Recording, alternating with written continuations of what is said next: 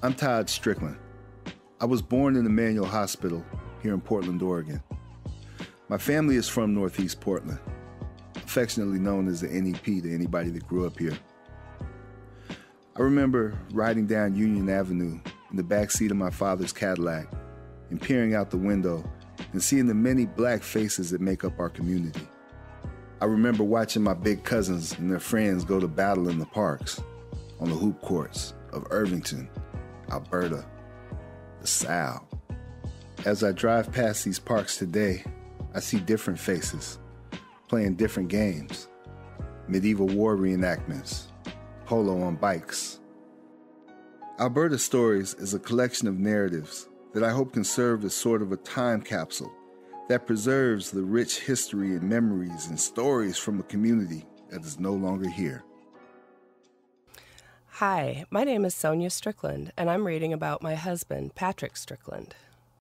Pat Strickland is a native of the North and Northeast Portland community. He has spent a lot of time working with people in this community, from Child Protective Services to Jefferson High School. He is kind of my rock. He's the person that settles me down when I'm worried. He's the person that makes me laugh every day. He's a very special person.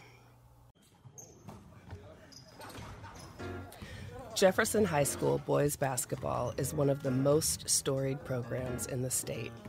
Between the who's who of alums who have gone on to Division I and even NBA success, nearly double-digit state titles, and being one of the only 5 high school basketball programs in the country with a Jordan brand sponsorship, the school's success has long been the pride of many who grew up in the Alberta neighborhood. Perhaps no one knows this better than Jefferson head coach Pat Strickland.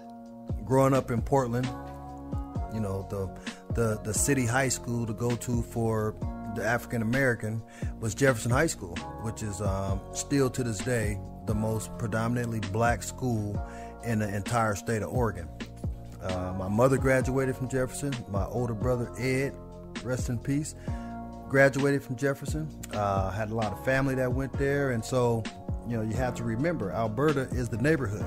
Jefferson and Alberta kind of go hand in hand, really. Jefferson and Alberta Park, in particular, have had an indelible effect on what Strickland once considered a thriving basketball culture in the city. 7 of the school's 9 state titles have come since the 99-2000 season, the year where the team went undefeated, was ranked as high as number 3 in the country, and propelled several players to Division I scholarships. Before and in the beginning of that period, Northeast Portland was also developing a national reputation for its playground basketball scene. Many local legends made their names playing at places like Alberta Park, including Damon Stoudemire, Terrell Brandon, and Strickland himself. You can name any good hooper from about, late 70s to the early 90s. All of those guys touched down in Alberta Park as far as basketball. I mean, Alberta is the park where legends were groomed. And I like to say that I'm one of those legends, LOL. Despite his own sustained success in 10 years at the helm of the Jefferson program, Strickland can't help but believe the city's once thriving basketball culture is dying. He attributes much of this to the rise of AAU basketball, but noticeably, the decline he has observed in basketball culture has many parallels with other trends arising from gentrification during this time. For example, as more black families moved out of the neighborhood and thus moved their kids out of Jefferson, many of the predominantly white families who replaced them chose to keep their kids out of the school.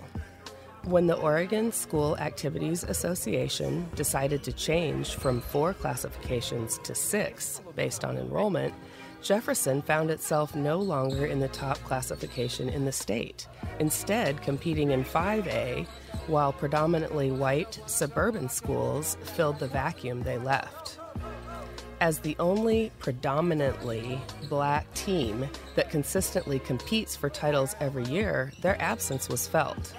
Despite still having top-level talent and winning 5 titles during those 7 years, the program did lose some prestige and immeasurable social capital from no longer having highly anticipated rivalries with other area schools. Even though Jefferson was reclassified to 6A for the 2014-15 season and won the state title in 2017, Strickland hasn't taken the changing times for granted. He coaches an AAU team of his own, which helps him continue to create opportunities for young basketball players following in his footsteps. As the city's playground basketball reputation seemingly continues to diminish and elite young black players become increasingly scarce outdoors, Jefferson takes on an even more prominent role in preserving and exporting these stories.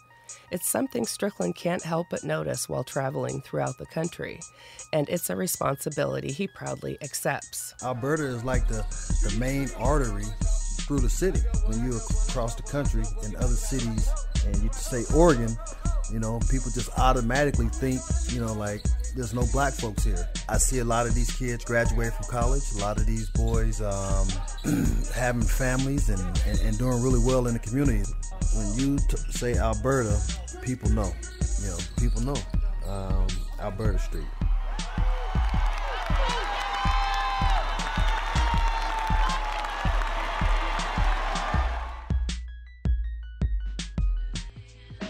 This podcast has been brought to you by Diversa, in partnership with Alberta Main Street, X-Ray FM, and the Numbers.fm.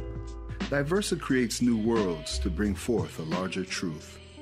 For more information, go to diversaedu.com.